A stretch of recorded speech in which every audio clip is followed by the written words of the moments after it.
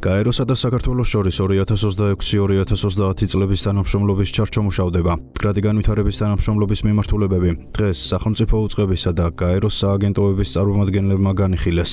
მთავრობის ადმინისტრაციასა და გაეროს ინიციატივით გაორგანიზდა შეხვედრა, რომელსაც ესწრებოდნენ გაეროს ყველა სააგენტოს ხელმძღვანელი, წარმომადგენლები, ადგილობრივი ხელმძღვანელობა, თანამშრომლები, ასევე თითქმის ყველა სამინისტროდან იყო წარმოდგენილი მინისტრის მოადგილეები, შესაბამის სააგენტოს ხელმძღვანელები და განვიხილეთ მომავალი 5 წლის განმავლობაში საქართველოსა და გაეროს თანამშრომლობის ძირითადი ასპექტები, პრიორიტეტები, მიმართულებები, როგორც იცით, ჩვენთვის ძალიან დიდი მნიშვნელობა აქვს ორ მიმართულებას, რაც გაეროს შეეხება, ეს არის გაეროს მუშაობა ოკუპირებულ ტერიტორიებზე და ასევე ეკონომიკური ზრდა.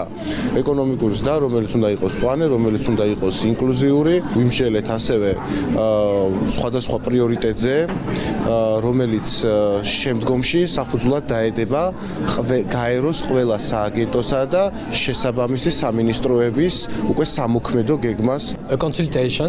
დღევანდელი შეხვედრის მიზანია საქართველოს მთავრობის წარმომადგენლებთან ერთად მთავარი პრიორიტეტული საკითხები განვიხილოთ, რაც მომდევნო 5 წლის განმავლობაში თანამშრომლობისთვის დაგჭირდება. ახლა ვთანხმდებით თანამშრომლობის ჩარჩოზე. შემდეგი 5 წელი განსაკუთრებით მნიშვნელოვანია, რადგან უნდა დასრულდეს მდგრადი განვითარების მიზნების განხორციელება. სწორედ ამიტომ ვანიჭებთ ამ თანამშრომლობას დიდ მნიშვნელობას. შეხვედრის შედეგად გამოიკვეთა ძირითადი პრიორიტეტები.